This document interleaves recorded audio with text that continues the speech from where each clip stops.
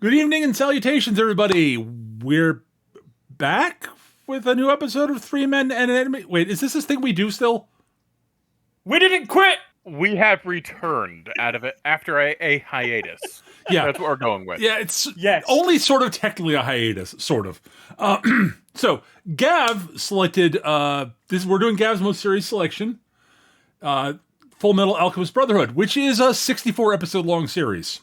It was my turn to pick the stupid one. Yes. We have all broken the seal on a long series, and they begin getting progressively longer as we've done it. Mm-hmm. Turns out Eric picked the short one with Utena there. with Utena, so you know. Who knew? Yeah, We also had a fair amount of scheduling conflicts over the past 6 months. Yeah, it's been Yes. a while. So it's not just that it's a long series. We've had a few scheduling snafus here and there. That happens, and we're sorry, but yeah, we could have done something to. We probably should have recorded a filler thing or something at some point. Yeah, Just to keep our brains in the habit of. We could have recorded last week, but we all kind of forgot until the last minute. yeah. And we almost did it again today. But fortunately, when I saw the message that, hey, are we doing this? I was like, oh, well, I already have food, so we can do it soon. So, we are not going to be able to cover the entire plot of the series. No. We are No, this is not gonna be, going to be able to discuss every major character in the series. There is too much. This is... It's not even that it's too much, it's also that it's... Well, I mean, it is, but it's also it's not just that it's a long show, it's quite a Dense show. relatively dense show as well. Yeah. With its own internal mythology, scientific theory, Yep. 2 of them, Yep. and religion, Yep. At least one. at least. Oh, boy. As well as existentialism, time travel, and everything in between. Was there time travel? I don't think there was any time travel. Not in this version. Oh, okay. Yeah, we're not talking about the other version.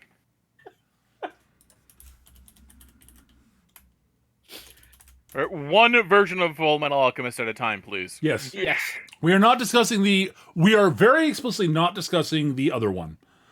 Not because it's bad. No. It's just we don't have time to compare and We've contrast. already got enough on our plate with this one. Yeah, we will die. We will be here all night and we will die. There is too much. So, what is Full Metal Alchemist? Well, it is unsurprisingly, it's an anime adaptation of a manga. That never happens. About a short guy. About a short dude who's good at science. And his younger brother who's big and made of metal. Yes. The short guy is the Fullmetal Alchemist. This is a gag that gets repeated many times. It's a good gag. Yes. So yeah, Edward and Elric is our Edward and Alphonse Elric are our deuteragonists, really. I mean, Yeah. Ed is sort of nominally the protagonist, but it really is. It's really the two of them, honestly. I mean, even with, I said this at the end of the last episode.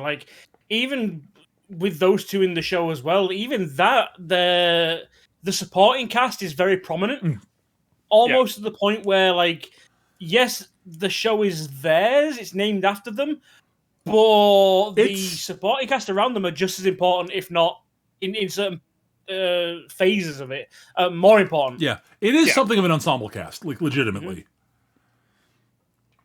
No, I would definitely say that. I'd say that's true. But I would say that both Ed and Al do disappear for chunks of this show. Yeah, not usually at the same time. However, No. I said usually. I think that happens briefly. But yeah, so the basic setting is, hey, it's a world that is has no historical parallels on Earth. Nope, not at all. Nope.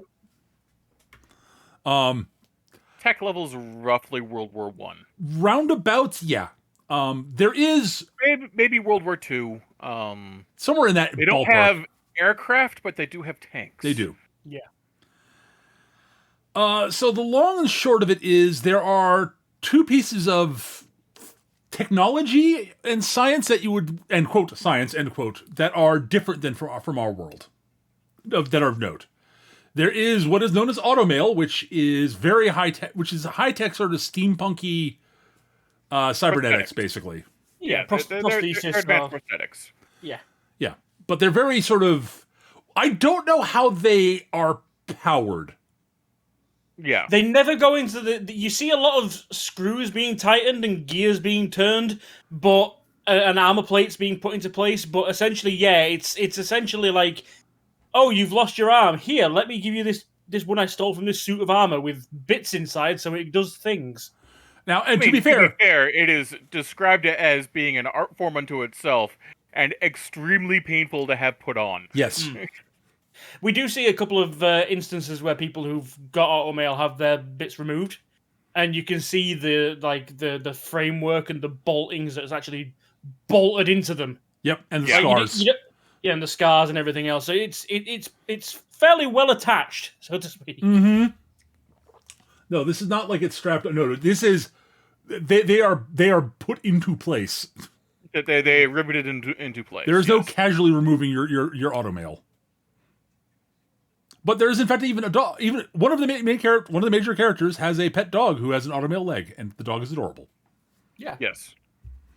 Everybody loves him. Yes, not very important, but adorable. So yeah, Ed and Al are a pair of brothers who both have a very the other major difference is there is alchemy, which is it's magic. Yeah, It's a very hard magic system. Yes. Like you need an array drawn somewhere to focus the energies. You can only transmute an equal amount of something into something else. Like there's no like conjuring shit out of the aether. Right. Yeah. Basically, Like it draws heavily on the concept of equivalent exchange. Yeah. Yeah. In order to get something, you have to give something of equal value, roughly. Is basically how it works. So if you had a 5-pound iron ball and wanted a 5-pound iron hammer, that's no problem. Right. Right. You can foots it, however, it depends. Basically, what they do is they display that certain alchemists have a way with chemistry, and supposedly the more you know about chemistry, the more you can do. So, for example, someone who knows that iron is also a carbon atom can reform that into any other carbon atom. Right. Iron is not a carbon atom, but like Well, say high carbon steel, they can reform the carbon inside the I am not a scientist.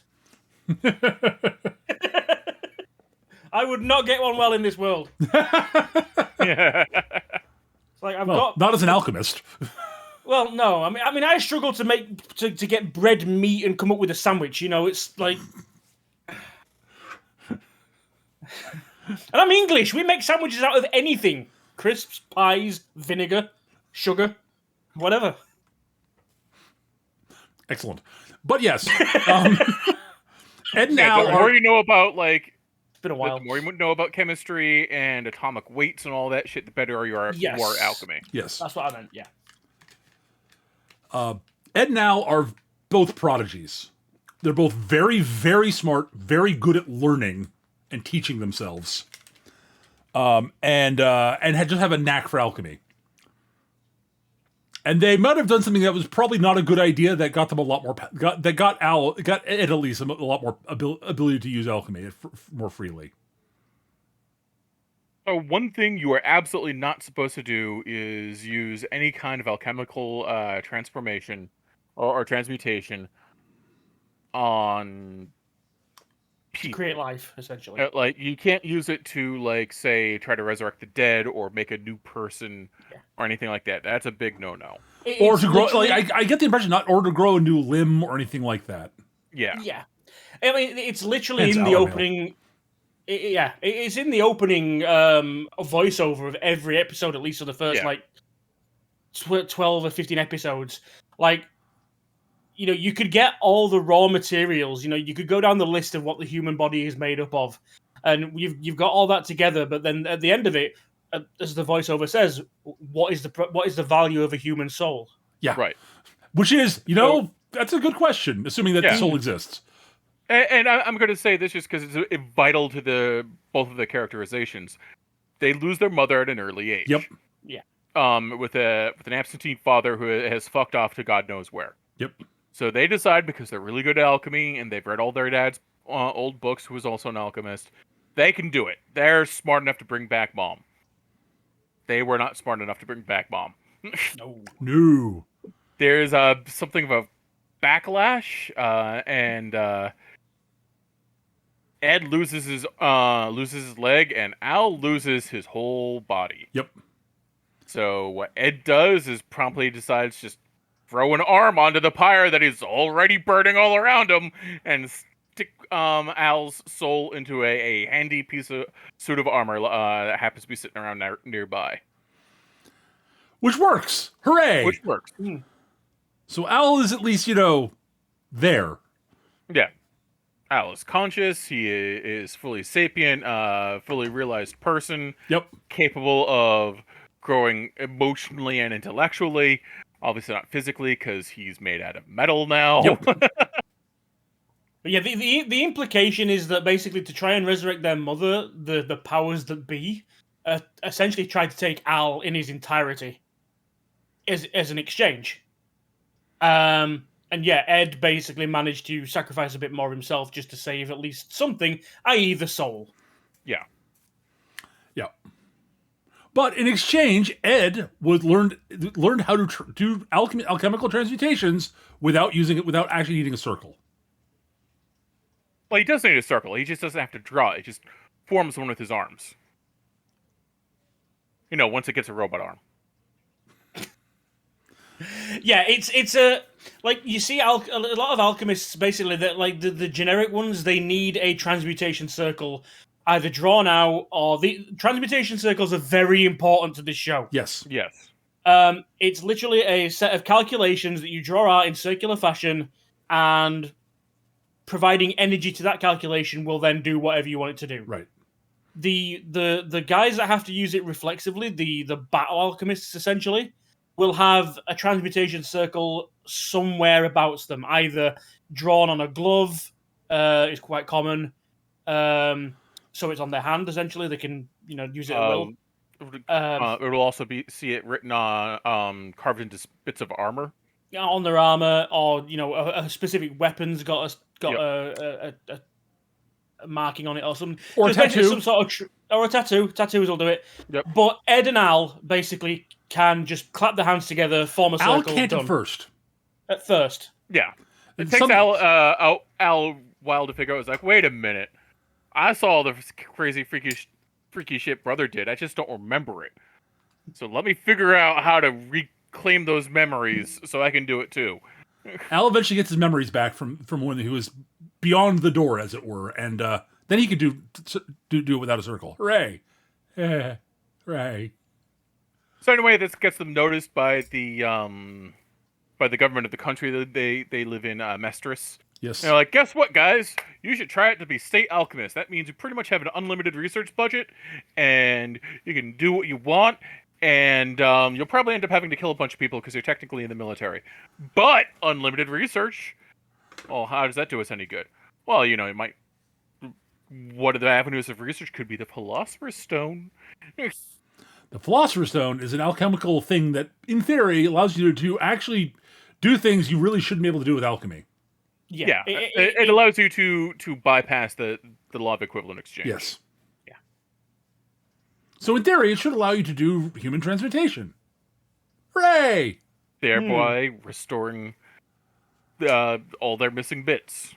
Yeah, the primary gist of it from that point onwards is basically Ed and Al trying to reclaim their old bodies and seeing if there is any way of finishing what they started. Right.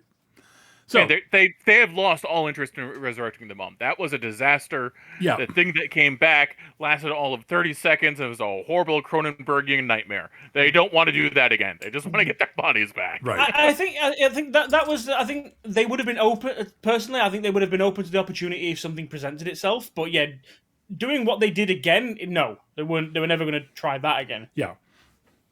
So we'll get to how the Philosopher's Stone gets around the law of equivalent exchange a little bit later on, because there is a way it does. It very much has a way it does it, and this is totally not a dark series. No, not at all. No. By the way, the ruler of the Mestris is called the Fuhrer for no reason. Yeah. His name is King Bradley.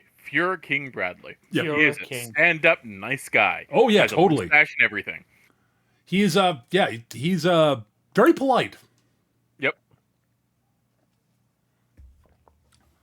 Yeah, Bradley's an asshole. Yeah. He's a very polite asshole. Oh yeah. Right up until he drops the mask, then he's not very polite at all. No. Yeah, No, we eventually find out Bradley is a complete and utter monster, but he's quite literally. He's what you might refer to as a political animal to begin with. Then he's just an animal. yeah. No. He doesn't have any sort of sympathy. He doesn't have enough empathy to be an animal, Gav. Yeah. So animals have demonstrated they have empathy. Yeah.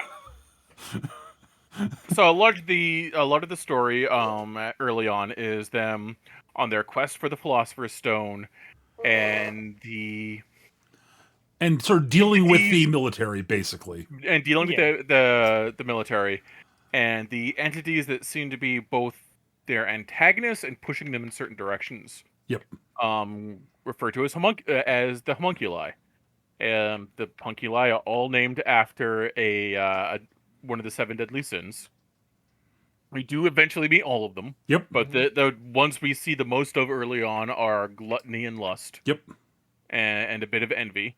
Yep. God damn, envy's an idiot. Yes, he is. Yeah. Or they are, I guess, really. Yeah.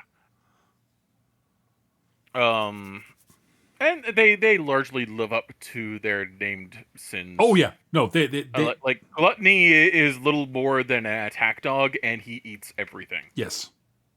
Lust very much does the whole Hadamari femme fatale thing. She is abjectly terrifying, honestly. She is yes. Yeah. Plus, she's got knife hands when she wants. She is probably my favorite of the homunculi, honestly. Although I absolutely can get that, and she is super cool. Like it's either her or Greed for me, basically. Yeah, I totally get why you gluttony. I also totally get. Well, Greed gets a lot more focus. Greed is a more interesting character, I think. Yeah. I think they could have done a lot more with Lust. Oh, they could have. I agree, but I still really like how they handled it. I mean, they could have done more with Lust, but they needed someone to show off how awesome Roy Mustang is. Yeah. We're into spoilers here, by the way. So Roy Mustang is Ed and Al's immediate superior. Yep. Yeah. He's something of a bastard. Also very much a tarnished idealist. Yep. He's seen some shit and wants to make sure that shit doesn't happen. He's decided the best way to do that is a very quiet coup. Yep.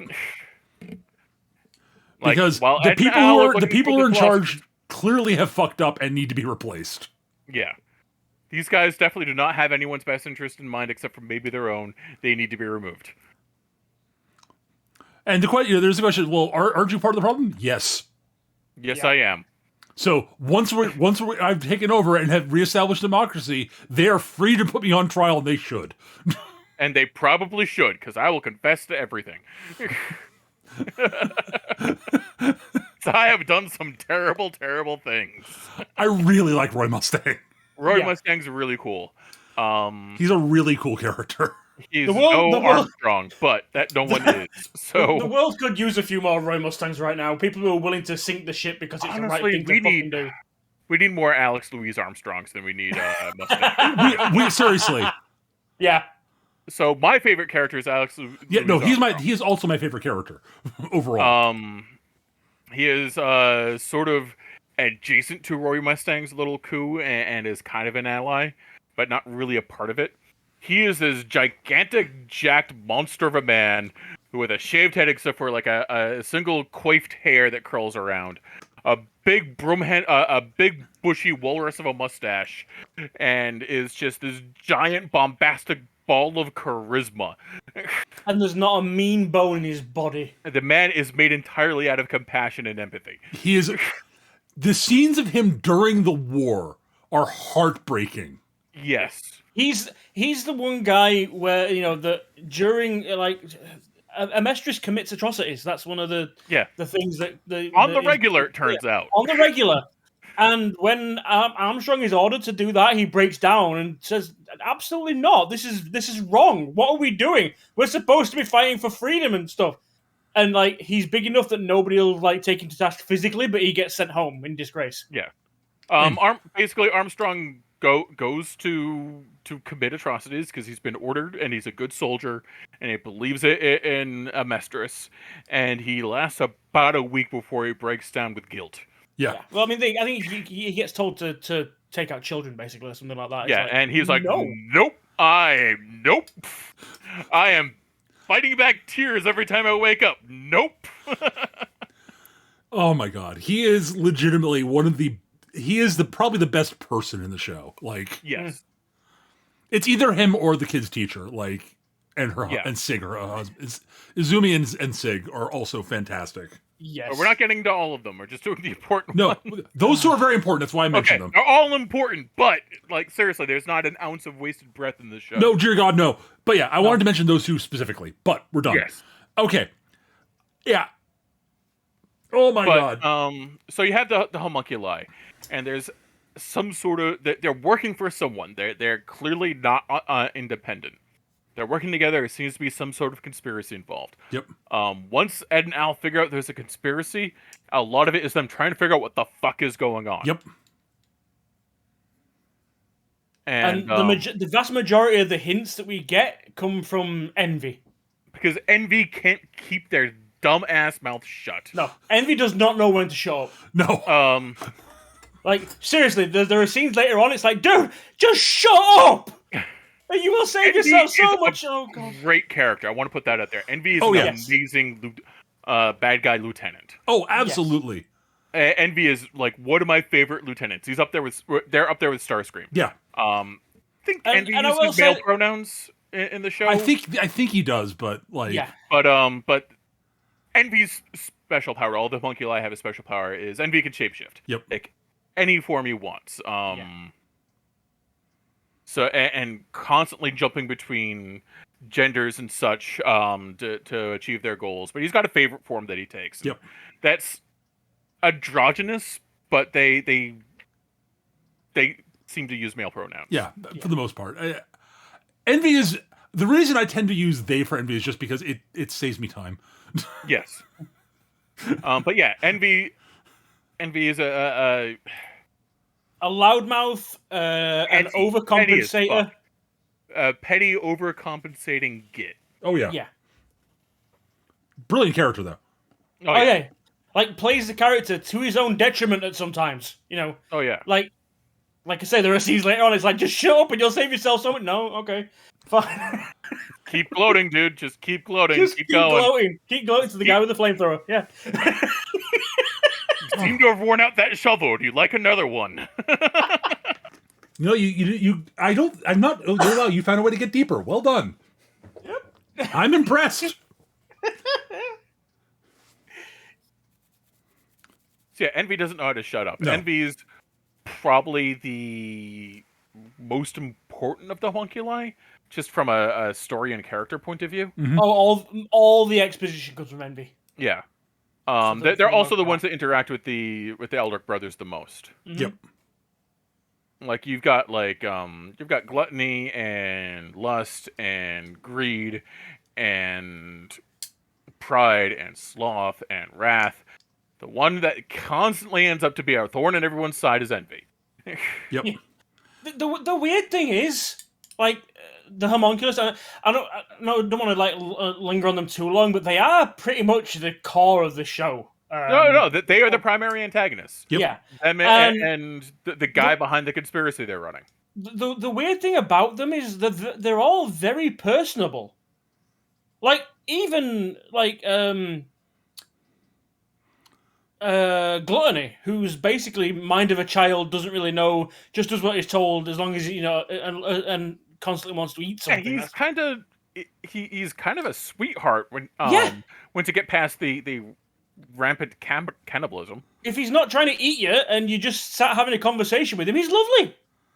Well, the conversation with Gluttony does not go very far because he's not the brightest. Oh, but like Gluttony makes a bag of rocks seem high IQ. Yeah. But I mean, with the exception of Pride and possibly Wrath, because you don't know how much of him is an act. Right. Versus, you know, him just having natural conversation. They're all capable of being friendly, having, legitimate conversations. Sloth doesn't really give enough of a shit about stuff to actually bother with being personable. Yeah. But that's just too much effort. There are points where, like, lust does it as an act. But we have gluttony and greed and envy, definitely. All three of them hang out with the protagonists for a while. Just a buddy for more or less. Like neither of them are in any danger. I don't from the think other. anyone's buddy with. I mean, there's no like, and lust is pure malice. Like but I mean, there's malicious down to our core. But what I mean is, like, at least with those three that I mentioned, the other three, there's no like immediate threat. They're able to sit in a room with each other, have a chat, and no one's trying to tear each other's throat out. Yeah, the homunculi all get along very well with one another. Also, like there's a bit of like, dude, shut up, you're being an idiot. But they largely get along with one another. The only one that doesn't really get along with the other ones really is greed. Yeah. Yeah. Greed's very aptly named. Yeah, Greed is very independent and ends up becoming an ally to the Eldritch brothers at one point because Greed sees his place as a cog in a machine as an affront to what Greed. He is. Like, no, I want more than that. I want more of everything. This is greed. It's not money. It's not wealth. It's not women, power, whatever else. It's all of the above. Yeah, it's always more. That's always what Greed wants. Always more. Like even if he's serving his role, like he abandoned the other homunculus and set up his own little gang. And like when we first meet him, and he's like, aren't you? Basically, things happen, and his gang starts getting picked off, and they're like, "Hey, Greed, aren't you unhappy that you?" No, it's something. Hang on. He gets angry and launched into a rage because of somebody's killing all his crew, and the person doing so tries to taunt him and says, "Oh, are you upset I'm killing your friends?" He goes, "Friends? They're not my friends. They're my things. You're breaking my toys." Yeah. I mean, to be fair, like they very much were his friends, but even Greed couldn't articulate or realize that himself. Yeah. No, they very much were. Greed is one of the ones who actually has friends. Yeah, he just can't articulate it, as Eric put it. Yeah. Yeah. And like he's also one of the ones who really is capable of seeing humans as something other than just being insects, basically. Yeah. Meat in the grinder. Yeah. Humans interesting. Quite literally. Yeah. And at the center of this conspiracy is someone referred to only as Father or occasionally Dwarf in the Flask. Yeah, much later. Much later. Yeah. Father is spoilers. Father is also homunculus. He is the first homunculus. He was created in an ancient civilization to help with alchemy, and decided, what would be awesome? If I gave them the wrong information and used that information to cause a chain reaction, alchemical reaction that ate everyone in the country and gave me a body. So that's what I'm going to do, because it's funny.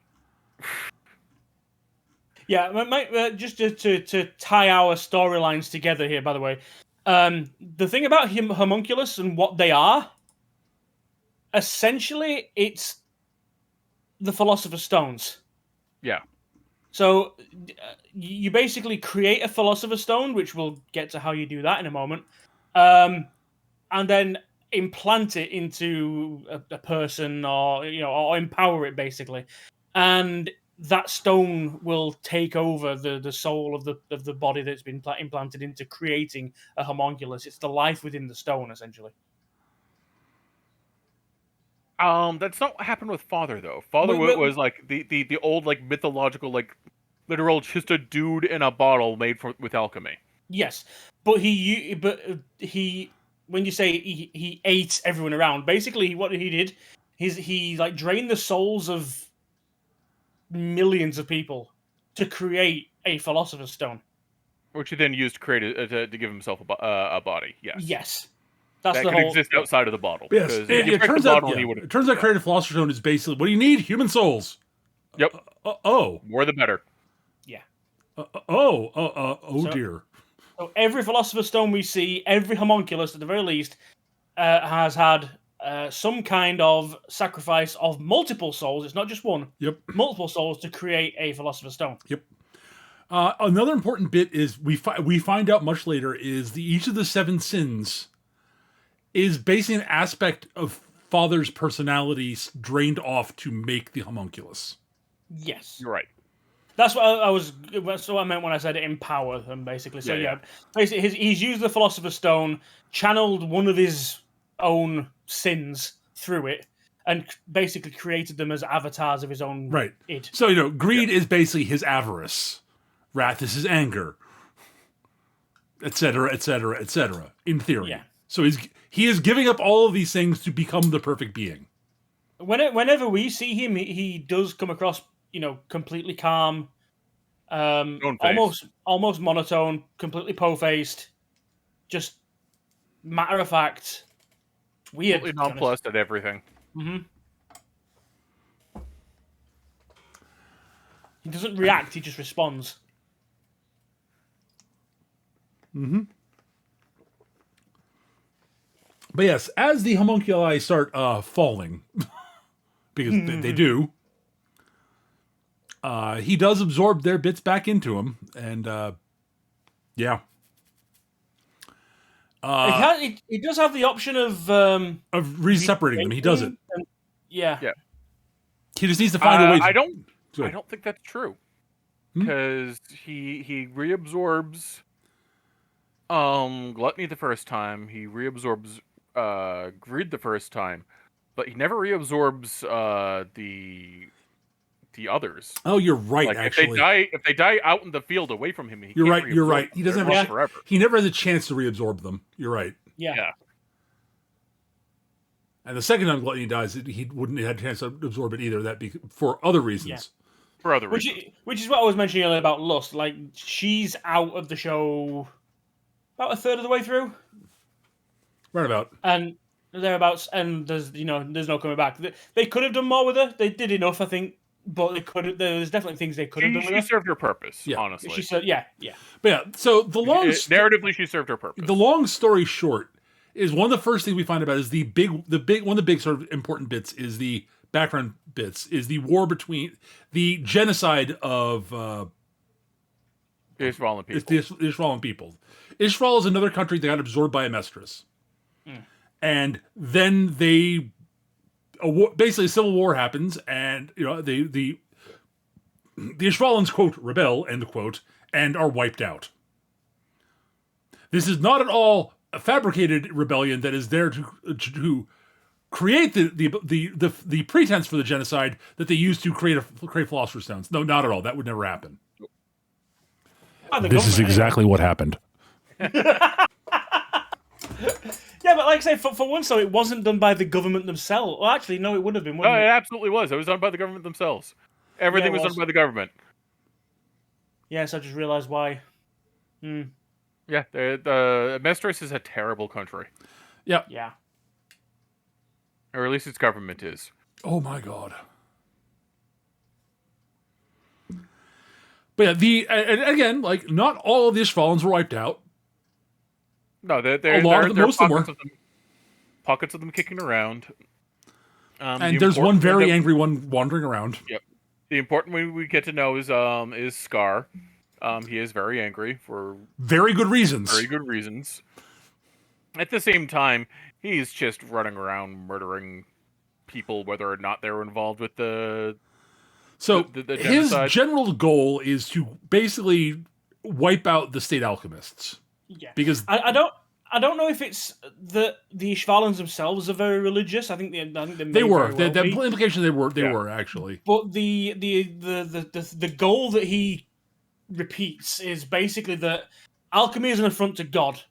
No man should have that kind of power, of creation.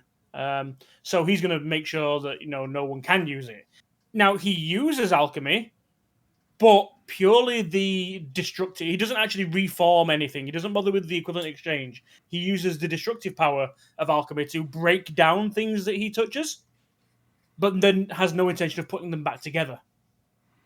Yeah, because it's the act of creation that is the affront. But like destruction, humans are really good at that. It turns out. So he's just taking it to the next level. Yeah. Also, it's also, it's not just that it's an affront to God, though. It is very much the State Alchemists, they gotta go. Oh yeah, it's absolutely vengeance and revenge. He's that typical character where like he's absolutely out for the vengeance and over the death of his people, specifically his brother, who was a big part of his life. But it wouldn't be cool to go around admitting that, otherwise people will just think I'm a criminal. So I'm just going to say it's an affront to God. I'm on a mission from God. Well, it's he both. Is a priest. He is he was a monk. Yep. It's very much a mission from God as well. He believes in the mission from God. Yeah, but like it just happens to line up with his I'm going to kill every state alchemist out there, whether or not they're involved. And they're enough involved that you can understand where he's coming from. Yeah. There's enough involved, like you say, throw a ball and you're bound to hit one, so to speak. They were not primary soldiers, but they were like. If you've watched the Star Wars stuff, basically they're the Jedi in amongst the clone troopers. It's like there are generals and mages and all that running around with all these super special powers that just like do the work of a battalion of men. It's like ridiculous sort of stuff that they could pull off. Yeah, some of them are better at it than others. Yep. Jesus Christ, Roy Mustang is terrifying. Yeah. Roy Mustang's particular discipline with alchemy is creating and controlling fire and heat. Yeah. So because it's relatively easy, because all you need for fire is once you've got an ignition, a spark, the only thing you're exchanging for fire is the air around you. Yeah, it's the oxygen. Yeah. He's gone to great length to get this ability as well. Again, Mustang has his plan. He knows where he's going, and he's gone to great lengths to make sure that not only is he a fire alchemist, he's the only fire alchemist. Well, that's because the particular research done into his brand of flame alchemy, he's like, this is a profoundly dangerous weapon in the wrong hands. Outrageously, oh my god, atrocities every hour of every day. Dangerous. I'm the only one that should use it. I'm going to destroy all the research. I'm the only one that can trust with this. I don't even really trust myself. The research has to go. This is after his teacher died, and basically it was like, this is a terrible idea. I should never figure we should never have done this. This is a bad idea. Why would we do this? His teacher absolutely outright says, I'm not going to... The point we meet him, in his flashback, his teacher is like, I am not giving you this knowledge. It is dangerous. It is unstable. You are not worthy. Roy Mustang, you are not getting the flame alchemy information. I've hidden the research. You're never going to find it. And then dies.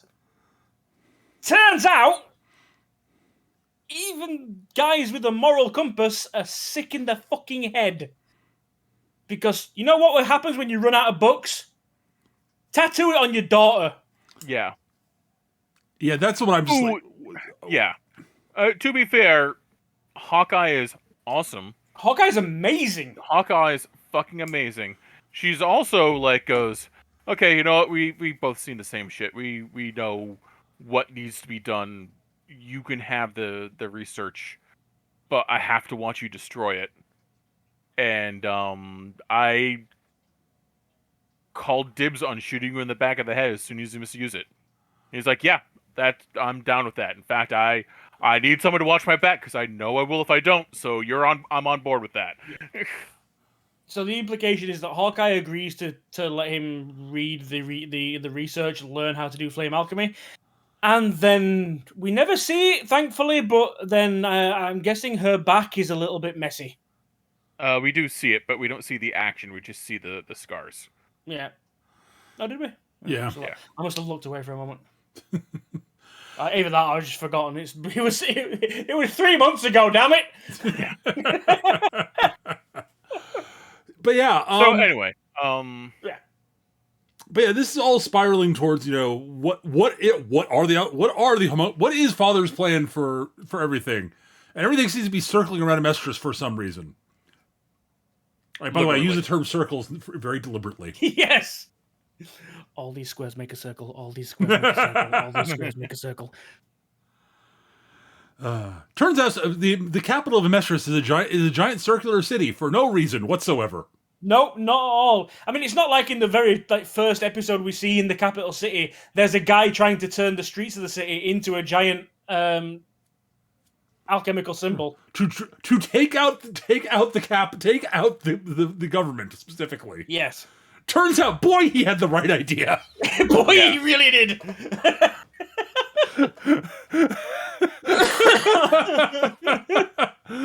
Well, wow, this seems a bit excessive. No. Guy Fawkes ain't got nothing on you, buddy. Yeah, he was about as successful as Guy Fawkes, too. Oh, yeah. But yeah, yeah, the entire capital city is a giant alchemical circle, it turns out. Turns out the entire country is a giant alchemical Yep, circle. it's even bigger than... Well, they're working on making it one. It isn't entirely yet at the start of the show. It's clear the city of Amestris Central, that's what they refer to it, is in its architecture and layout has from inception been designed as in an alchemical pattern. Pride is busy tunneling around. Not Pride. Sloth is busy tunneling around the rest of the country to making it one giant alchemical circle. Also, yeah, which he complains about all the time. Such a pain. I identify with Sloth. I think we both do. I think we all do. Such a pain. Such a pain. Such a pain to die. Oh my god! But yeah, such a pain to fight all out. Terrifying individual. The homunculi are all abjectly terrifying, as an aside. Yeah. Oh, yeah. They're all monsters. Yeah. We haven't even gotten into Pride. We're not going to, because I think that's best going into Cold. Yeah, I would agree. Yeah. Pride isn't as specifically, I mean... Pride's very important, but... It's very important. Yeah. That is one of those ones that you really need to experience it yourself, in my personal opinion. Yeah. Mm-hmm. Pride and Wrath. Pride. What Envy actually looks like, and Wrath. Yep. What Envy's actual deal is, and Wrath. Yep. Yeah. Those are the most important ones. Yeah. I think the only other major character we have... Well, there are two characters we need to discuss a little bit, I think. That we haven't yet. Oh, We need to talk about Winry a little bit. Yep. Because she's very important. And we need to talk about Maze Hughes. Yep. Yeah. Winry is Ed and Al's childhood friend. She is also she's also Ed's automail designer, basically. Yeah. And mechanic. She takes care of all of his robot bits, and is clearly obvious, and is obviously in love with Ed, and Ed is obviously in love with him, and it's With her. patently, blazingly obvious to everyone but those two. Yes. I mean, to be fair, by the sound of it, like, Ed and Alphonse have always had this kind of rivalry with in regards to her. I think they do say at one point, Alphonse straight up did ask her out at one point, And she said no. and she said no. No, And shut down. Al very much is more overt about... Ed is a bit tsundere, shall we say. A bit. Just a bit. Just a little bit. Well, Ed is not just tsundere. Ed is just a grumpy bastard. Yeah, Al is the baby brother, but he's by far the most emotionally mature. Oh, God, he has yes. He has He's one his of the most moments. emotionally mature people in the fucking show. Yes. Yeah, he has his moments where he's allowed to be a kid, but generally he's got his head. You know, Al is He has his non-existent head on straight on his non-existent. I was gonna say shoulders. he's usually got his head on his shoulders, but actually more often than not, he hasn't. Yeah. Al is definitively the second best person in the show. Yeah. Like it's Yeah, basically Armstrong and then him. Yeah. And then then Isumi and Sig. But Ed is this. He's your typical. I mean, this is the thing. This is one of those shows. It's an older show, so like in this age now of shonen heroes that we've gone through over the last 2 decades, he hits all the tropes. He doesn't hit all of them. He is shonen protagonist subclass B, the smart grumpy one. Yes. No, he is the smartest person in the room. He knows he's the smartest person in the room, and he's annoyed by it. Yes. Yeah. But his biggest problem is 9 out of 10 times he cannot get the fuck out of his own way. Yeah. Yes. He is grumpy, he has a temper, and he's obstinate and contrarian, and just like even the whole joke throughout the show that he's short is and Alphonse is like, well, dude, here we bring you food, we bring you like milk to drink, and you always leave the milk. I don't want milk. All right. Don't drink it, dude. I hate it. But let's stop being a bitch every time somebody so mentions your height. Short. It is not, and I'm not short. Now, here's the thing. Most of Ed's flaws he is actually very aware of. Mm-hmm. Yeah. That doesn't stop them from being his flaws, but he's like, yeah, I know I've got a temper. I know I'm grumpy. And we're making Ed sound like a complete asshole. He's a huge sweetheart. He just lets his flaws get in his own way. Yeah. And like, he is one of the first to... He's empathetic. Yep. He's compassionate. He's empathetic. He will always do the right thing, even if it shoots him in the fucking neck to do it. Yep. He's the one that'll fly off the handle, act like the uncaring asshole until he realizes he's hurt somebody's feelings. He'll do that, and he'll go, God, sorry, didn't mean to do that. I was being an asshole. I'm sorry. I will try not to do that in future. I can't promise I won't because I'm an asshole. I actually really like Ed. He's a really good character. But, yeah. Like, if you, like, there are a lot of characters who are very similarly patterned after him that in the years after this series came out. Yeah. Yeah. Who are not as well done as Ed is. And they're exasperating. There are a lot of characters who have a lot of Ed's traits who do not have his virtues, is the problem. Yes. Yeah, it's like they're doing an impression of Ed. Yeah. And not quite getting the meat of the character. Like, Ed does not work with Ed. Ed is always right, except when he's wrong, and he admits when he's wrong. And these guys are always right, and they're always assholes about it. Yeah. Here's the thing. Ed makes mistakes, and he cops to his mistakes. Yeah. Yep. And he rarely makes the same one twice. You see, this is the one thing I do like about this show, again, because there's the writers obviously are keeping track because they have to. She does a fantastic job writing the series. When you've got at least, I mean, they don't really go into the auto mail, but there's at least 2 different forms of alchemy that we come across, which is 2 scientific methods with rules. Yep. Okay, so she's the writer's obviously keeping track of all this because that's the kind of shit that the internet will pull apart. If you do something that is glaringly breaking your own rules, they will pull that shit apart. So I appreciate it when they do things, and like you say, Ed he's right because he always is. No, he's not. But that's far between. And that's usually based on he's right based on the information he has at hand. Yep. Yeah. If there are some shows where like characters will just pull information, or they'll assume or guess, what's going on because they need to get the fucking plot moving along. Yeah. And on a hunch, I just happen to pull this out of my ass. Yeah. And it's like with Ed, it's like no, he'll make mistakes. He will do things what he thinks is the right thing to do, and then the villain's like, nah, actually, sorry. You didn't take this into account. It's like, oh, fuck, I fucked up. Yeah. Yeah. Oh no. Oh, I wish I'd had that information about a week ago. Yeah. Oh, dear. Huh. Or, haha, I've made this, I've added X plus Y plus Z and gotten the answer. Carry the 2. Yeah, I didn't carry the 2. It's like asking somebody to plan out a road trip before you tell them that cars don't exist. Right. Yeah.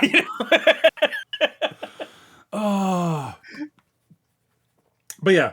So yeah, Ed and Winry are they are actually really well suited for one another, it turns out. Yeah. Because once they get past each of their own bullshit.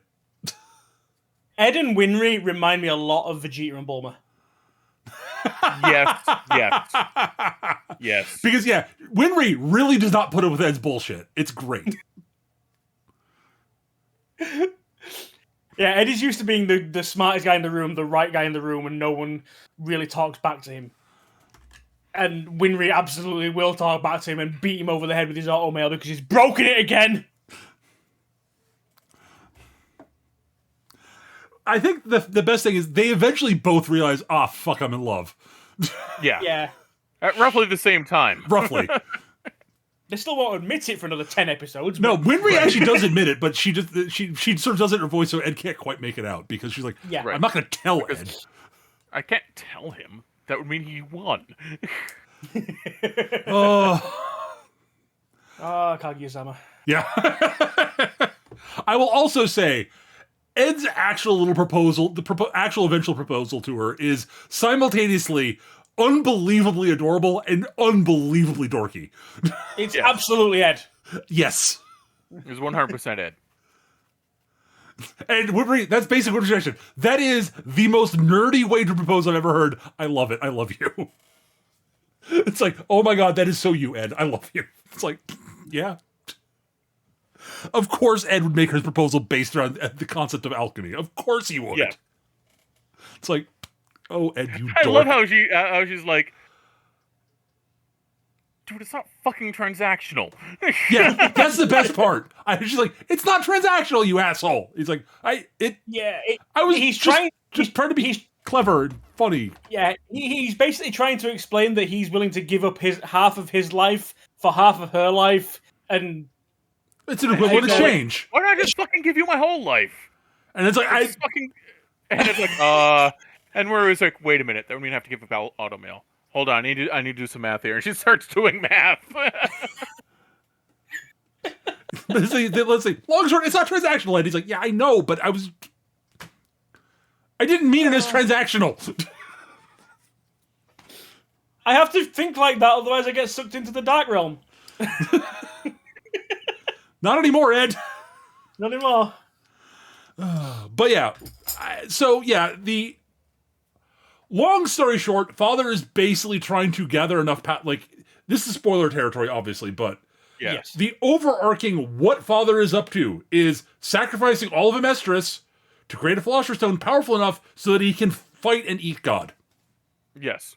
Which I support. I'll admit, by the time it came around, because there is a bit of a plot accelerator towards the end, didn't see that coming. He's setting up this, we understand he's setting up this circle, and based on flashbacks and everything else, sure, he's going to be using it to create a giant Philosopher's Stone, but what is this, world domination, or... Well, it's very clear, he has stated he wants to be the perfect being. Yeah. And He wants to know everything and be everything. Therefore, logical conclusion, must eat God. I mean, and honestly, as Eric is all like, yeah, you fight and kill gods. Like, that's what you do. And I understand that Eric's point on that, and I mostly agree. You don't sacrifice other people to do that, though. Okay, fair enough. Sure. I will admit, in those last few episodes, this show, I mean, obviously, yeah, it went full Trigger about 10 years before Trigger. It makes more sense in those Trigger endings, though. But it makes at least no one became a giant space waifu. No, I will say, opened the gates of heaven. Father sort of goes all Cars from JoJo's Bizarre Adventure at the end there. Yeah. A little bit. Now, I will say, Father's defeat is simultaneously more sensible but less hilarious than the way Cars loses. Yes. It's like, yes, they made him burn himself out. Well done. As opposed to Cars, I tricked you into flinging yourself into space. Where you'll float for ever and go mad. Due to sensory deprivation. He didn't even trick him into flinging him into space. He flings himself into space, and JoJo just goes, aha! I totally knew you were going to do that. Let him stew on that utter lie for the next 1,000 years. I love Joseph so much. Cars' defeat is one of the best things ever, because Cars completely beats himself. It's the best. Mm-hmm. It is such a Silver Age supervillain loss. It's great. Anyway, back to the show. But back to this show, Yeah. yes. So we still need to talk about Maze Hughes. Maze Hughes, yes. We do have to talk about Maze Hughes. Maze Maze Hughes. Hughes is a big deal in the early part of the show. Yep. Yeah. First 10 or 12 episodes, he is Ed and Al's best friend. He is overly friendly and familiar, but is honestly just like absolutely on their side and doing everything he can to help them out, and being just being generally just a big sweetheart. Yeah. Well, he basically is like, okay, there are these two kids who have no family, who've joined, and one of them has joined the State Alchemists.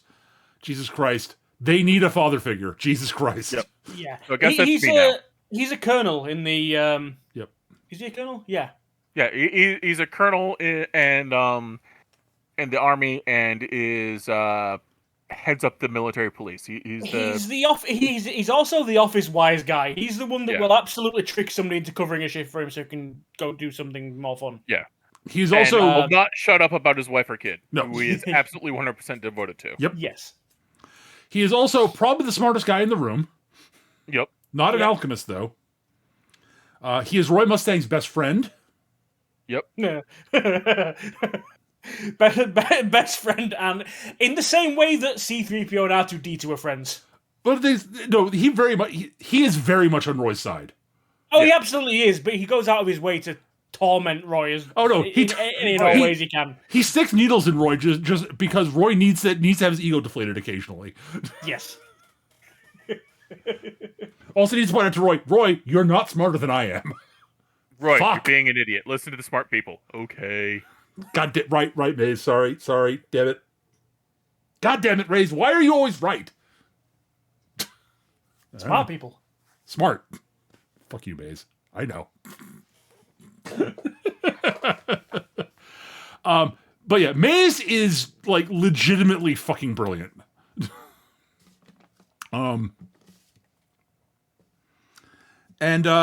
He's probably the first person to figure out what's going on. No, we were talking about he's in the first. This was all during the first like 12 episodes or so. This show is 64 episodes. I'll let you do the math to figure out what that means. Unfortunately, he figures out what's going on. That means he really can't be allowed to walk around anymore. Yeah, he knows what's going on, and he's not important to the bad guy's plans. Nope. So, yeah. I will say, boy howdy, he goes down hard. He goes down hard. He does not make it easy for the homunculi, which is saying something. He dies. Just gonna put it out there. He gets killed by the homunculi. His death looms large over the entire series. Yes. Yes. Everything that is the turning point for the series. Yep. And it looms large over everything. It influences everyone's decisions moving forward. And take into account the beginning of this show goes real heavy to set up the consequences and the we are not fucking around in this series. Yep. Yeah. Like the whole bit with the religious cult. Right. It's like one of the first things they investigate, where an entire town is being brainwashed by some dude into rebellion, essentially. The dog. Yep. Yeah, everyone knows about the dog and the little girl. What I'm talking about. You know exactly what we're talking about. That's like episode 6. Yeah. This show is not fucking about. No. And honestly, every on-screen death that is not an antagonist, someone whose name we know, who we've grown to care about, their deaths are not just done for. No, they matter. They all matter. They matter, and they even Alexander way over the show for the entire rest of the show. Not to the extent that Hughes does, but that their presence is felt throughout the rest of the show as well. Yeah, right. Even Barry the Butcher. Yep. Like, his death is actually really fucking important. Like, holy Barry shit. was great. Holy shit, I loved Barry. What a wonderfully just insane dumbass. Oh my god, yes. Not the brightest, but dear lord, he is a delightful maniac. He's a delight of a monster. Yes. Really is. But yeah, there is so much we could go into. But I will say this: overall, the plotting of the series is really good. Yes. The pacing in Brotherhood is erratic a bit. The pacing's very quick at the beginning. It settles into a nice, good pace for most of the show, and then it accelerates again at the end. Yeah. Well, from what I understand, and this is me having never watched. This was my first run through of any FMA. Right. I've heard of it, but it was just such a huge fucking chunk of work. It's like saying, "Hey, do you want to start watching One Piece?" Not quite that bad, but yes. Not like back then when I started with anime. It's like I own it. It's downstairs. It's in my DVD collection. I just never got around to actually watching the damn thing. Right. The differences between this and FMA, the original, from Right. what I understand, is in the most part, it cut out a lot of silly shit and filler, condensed those parts into the important kernels of what they needed, and then expanded on other parts elsewhere. Okay, so I will give the short version of what happened. The original FMA was done before the manga was finished. Right. Therefore, the people who did the anime had to come up with an ending. Because the story was going to have the manga was going to have an ending definitively in the not like it was not going to be a long forever ongoing series like One Piece or what have you.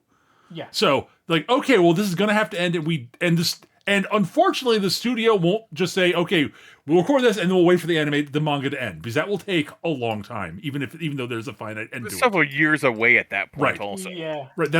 So, And I bet they didn't see this ending coming. This ending makes so much more sense. Yeah, it does.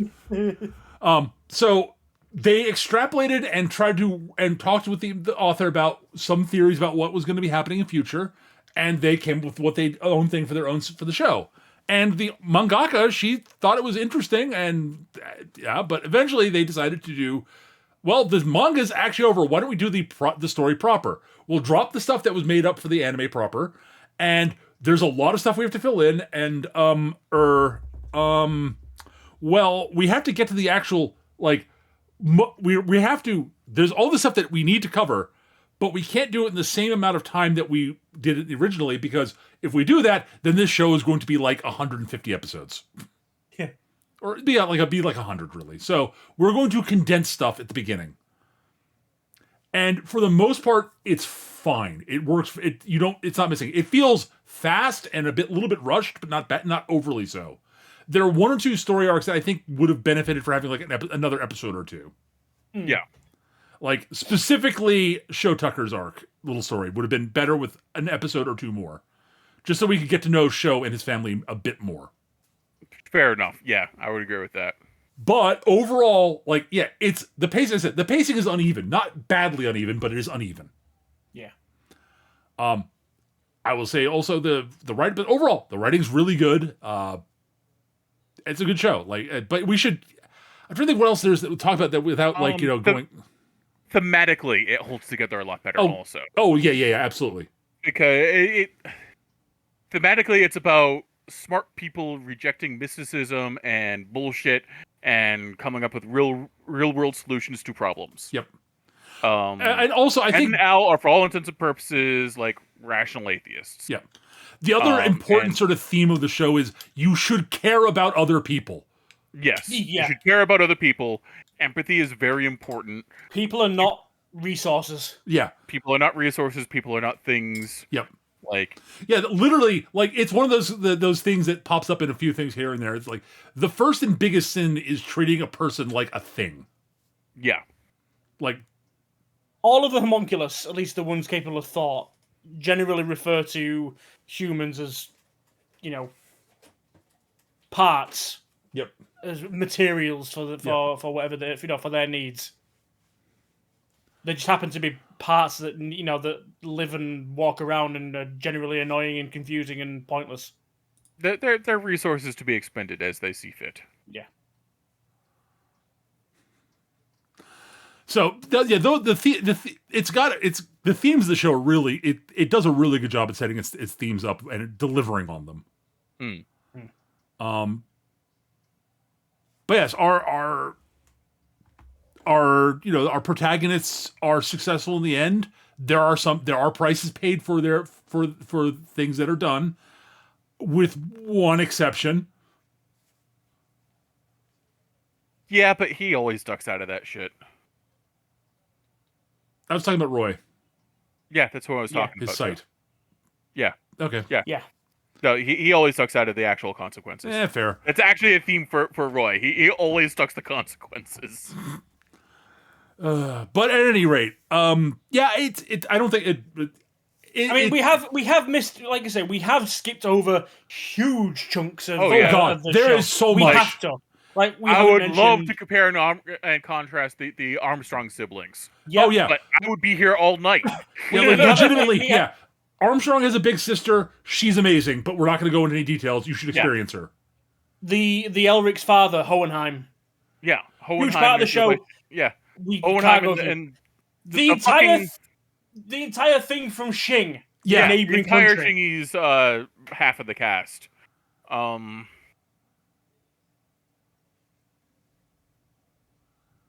There's just so much in this fucking show. Yeah, it is a Yeah. dense show, Just to and give, it doesn't. just It doesn't feel overly dense. Is the thing. yeah. The fact that the consequences Roy ducks always ends up on his getting eaten by his subordinates. Largely, yeah. Largely. Which sucks. Which hurts him. I mean, Yeah, which he hates. yeah. No, Roy. I will say this. Roy genuinely cares about people. Is the thing. Yeah. Roy very much wants to be a better person It than he honestly is. hurts Roy more that he ducks the consequences and his subordinates pay Oh, yeah. for it. Yeah. It hurts him more I than think- if he'd eaten himself. Absolutely. I think the issue what they're all skirting around. I know we don't want to go too long, but the issue we're skirting around here is the whole thing about when Ed lost. When the Elrics lost bits of themselves, there are other characters throughout who have essentially they have attempted human transmutation at one time or another for whatever reason, and they have lost parts of themselves and they've given something up. Towards the end, it's revealed they need X amount. I think it's 5. Yep. They need 5 people to act as sacrifices who have gone through this The portal, basically. Yeah. portal, essentially, to trigger the whole thing. And Roy is forced to do one of these transmutations against his will. And when he comes out the other side, he's lost his eyesight. That's the price he's paid. It was forced on him, fair enough. But at the end, when he's working out, his plan, it's all good. He's now in charge of the country. He's working out his plan of how to resettle and and help the The Ishvalans. Ishvalans and the refugees and all that sort of stuff, and basically make up for everything that their country did to them. Like his own regrets are fueling it. He's completely blind, but he's adapting to it. He's just moving on without it anyway. And then the alchemist doctor comes in and goes, "Hi, by the way, I've got this philosopher's stone. Little snag, it was made out of the souls of Ishvalan. Do you want your eyesight back?"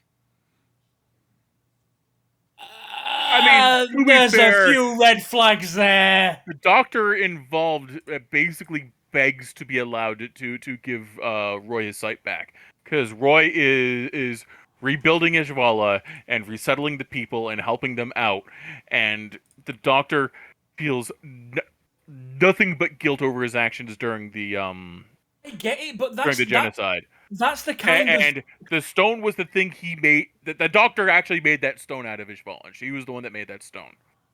So it's his way of trying to atone by helping someone capable of helping everyone else. The thing that bugs me about it is that this is exactly the kind of military secret that you do not want getting out. Yeah. That does not get to the public. So automatically, it's the first great shame of Roy's regime. I Sure. don't know, man. No, I understand where you're going. It's entirely a character for Roy to jump at the chance, and I understand your issues thematically with it. I kind of share them. Yeah, it again. Roy getting his sight back is one of those. I understand why, but Yeah, I can see the math that was written. I can see how they did the math, and I kind of agree with it, but it still leaves a bit of a sour taste in my mouth. Yep. But yeah, so I guess final thoughts. I guess kind of. Actually, one last thing sure. I do want to bring up before we do final thoughts. Absolutely. The music in this show is yeah. amazing. Oh my God. Oh Jesus Christ. And it's well animated too. Like it's beautifully it's animated. Bones. I mean, it's Bones. It's Bones going all out. Like everyone the show's knows, old, be warned, but that does not mean it's not is poorly you done wouldn't in any know. way, shape, or form. There are shows coming out today that look this sort of quality. Yeah. But like even like it's one of the great tropes in the anime, thing. You can't hit a bad opening for FMA. No. They're all good. The worst opening is it was fun. It was okay. Yeah. Yeah. The first three absolute bangers. Yeah. But it's not even the openings. The music within the show as well. It's the so actual well soundtrack, done. Really well done. Yeah, just wow. It's a really, really well done. It's really well done. The music is really, really, really well done. This is one of those shows where that came out around the time where anime was big, but it wasn't the monster that it is today. Right. Yeah. So shows had a lot more attention. The big shows, the big ones that wanted the focus, they got that attention. They got that focus. Yep. Teams weren't spread super thin. You weren't saving 3 or 4 different themes because you had 8 different series you had to sort out. Like, there's so much care and attention put into this show. Yep. I will also say the whole thing about there's not a bad FMA Brotherhood opening. There's not a bad FMA opening. The OPs for the original FMA are also bangers. Like, just what the fuck? This is true. Jesus Christ. At any rate, we should probably get into final thoughts. Yes. So, Gav, it is your series selection. So, I guess I'll start. Then Eric, then you finish it off. Okay. So, my thoughts on FMA Brotherhood. Dear God, this is a good show. It's really good. It's one of the best shonen shows we've covered. As we said, the music's incredible. The writing is incredible. The animation is incredible. The themes are really well thought out, well handled. The characters are... So much thought and care has gone into the character writing. It's... Each and every one of them also. Yeah, like, minor characters are well thought out. Like... Mm-hmm. Oh, God. The Hiromu Arakawa, the original mangaka, it's a masterclass in shonen writing, honestly. It's really freaking good. It's not my favorite show we've covered, but it's probably top 10.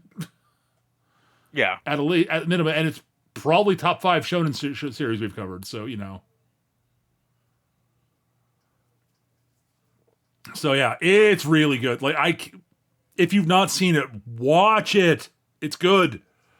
My one comment on it, actually, I think the pacing of the show actually works very slightly better if you're watching it like 1 or 2 episodes a week or so.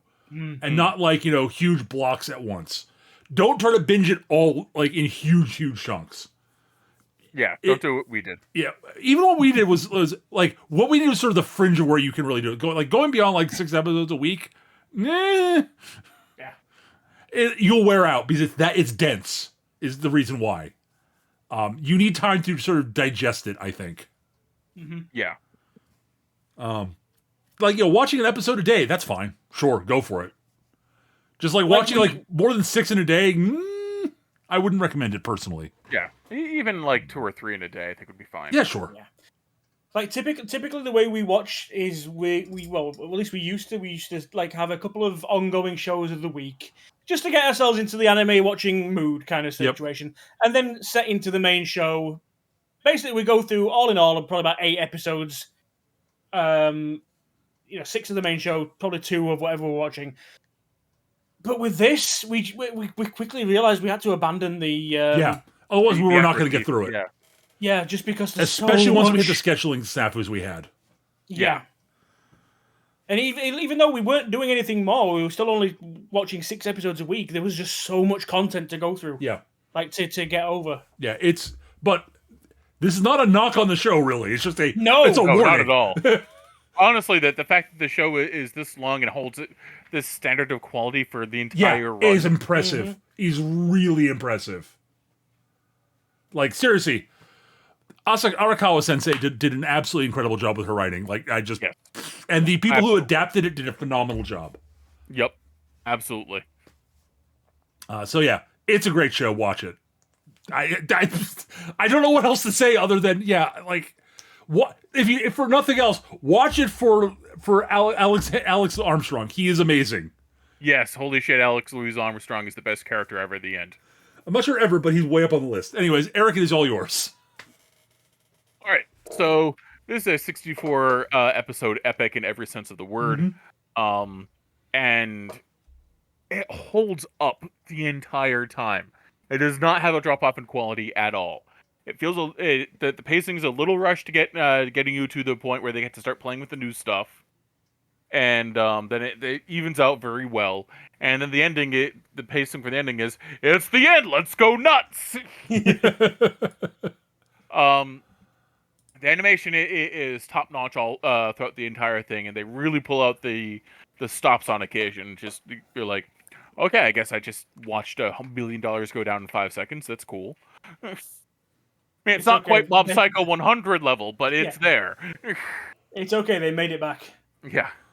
Out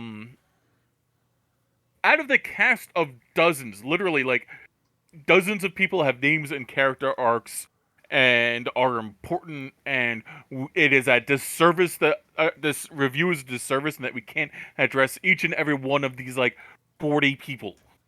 Yeah. There is not one I don't like. There are ones I hate, but I'm supposed to hate them.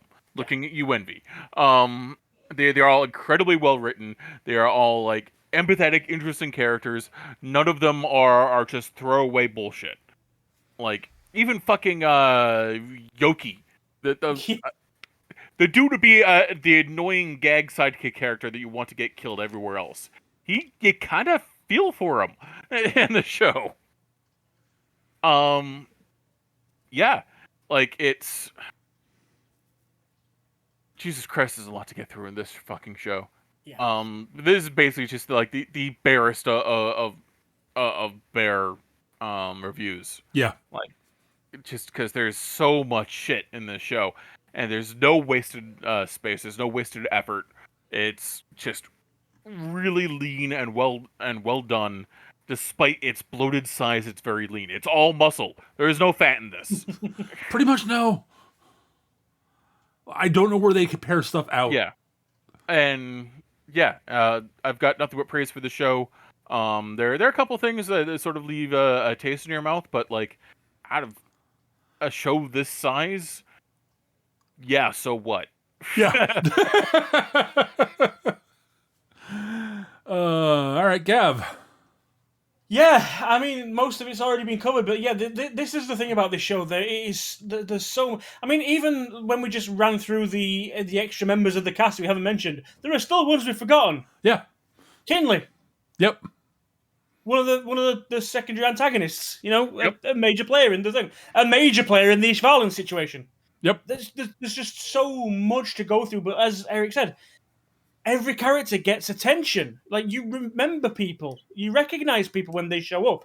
People who had to disappear for political reasons, or people that once helped them in a side mission once, gave them something to eat, and then they pop up later and it's like, oh yeah, I remember you. Because they're memorable characters, they're well written, they're looked after. They're not just there to fill space. They're there to populate the world. Miles and Brigadier. Just name two, Miles and Brigadier, two more that would are important and really cool, and we didn't get a chance to talk about. Mm-hmm. Hell, of Mustang's entire squad, the only one we mentioned is Hawkeye.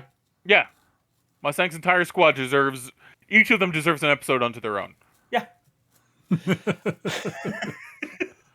But yeah, this is one of those shows. It may seem daunting because of the length, but if you've got the patience and the time to go through it, I would absolutely recommend it. I would even say even if you have the patience, because you're just going to get sucked in.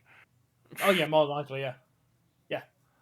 But yeah, like we've said, this is a dense show, so don't go in this isn't background noise. No. Yeah. This is not something you put on while you're doing something else. This is something you watch. Yep.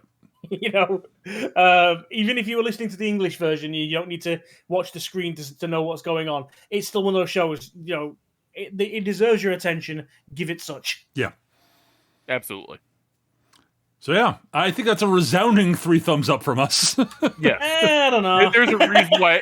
There is a reason why it looms so large in the fandom. Yeah. Yeah. Yeah. It's really good. Like really, it's really one of those. It's one of those that, depending on who you talk to, may be a little bit overhyped. Because it's sure. one of those Like, names it is not without flaws, obviously, because everything has flaws. But like, yeah. But it's not quite up there in Evangelion levels of overhype, but I still love the fact that Evangelion is so overhyped that it eventually became underhyped. It's amazing. Yeah. That's like, it's like, yeah. There's been a resurgence of people rediscovering Evangelion, going, "Holy shit! Why did I sleep on this for so long?" Yeah. But what I mean is, if you do have friends in anime, and why would anybody who isn't into anime be watching this show this far in? But you know, I mean, but to be if fair, you haven't watched it so far and you are resisting it because everyone bangs on about it, I know people who do that. I'm one of them. Yep. Give it a chance. I'm attempting to promote this without banging on about it. Yeah. It is. Yeah. It's a good show. Yeah. It's worth giving a shot. It might not be your cup of tea. Also, it might not be your cup of tea. That is fine. But it's There's a lot of anime out that there. would be because you do not like tea. But right. There's a lot of anime out there, so yeah, I mean, but yeah, we all liked it, so we recommend it. All right, that is going to do it for this episode of 3 Minute Anime. I hope you guys enjoyed it. It's good to be back. Back in the saddle. We should be back for another episode relatively soon, because we started watching the new series that I picked last week, and it is not a super long one. No. We are doing Ascendance of a Bookworm. It is my series selection. We're just doing season 1. We're just doing season 1, so that's only 14 episodes. Yeah. Yes. So we should be done relatively soon. So we should be able to do it not next week, but the week after is what it looks like from our schedules. So look forward to that. Yes, we're doing another Isekai series. It is not a normal Isekai series. Oh. Gee, I wonder why. It's not like the fucking market is saturated with them right now. There might be a few Isekai series out there. A few. There are so many Isekais, they're coming up with new ways to Isekai. Yeah. They're now Isekaiing characters from other worlds into this one. Yeah, that's happened a long time. That's happened a lot. I'm just really looking forward to Devil is a Part-Timer Part 2. Fair enough. You know what? Fair enough. So am I. But anyways, that's going to do it for this week, guys. Thank you so much for joining us. If you're listening to us on YouTube, hi, YouTube. If you liked the episode, hit like, leave a comment, share it around to your friends. Subscribe to the channel. That way you know when new episodes go live. We record this on twitch.tv/MechaGM Tuesday evenings when we record, although that may be changing in future due to scheduling things. If it does, we'll let you know. But that's going to do it for now, guys. Thank you so much for watching, and I hope you guys enjoyed. See you guys real soon. Take care. Have a great rest of your day, week, fortnight, whatever. I don't know. Bye. Period of time. Bye. Bye.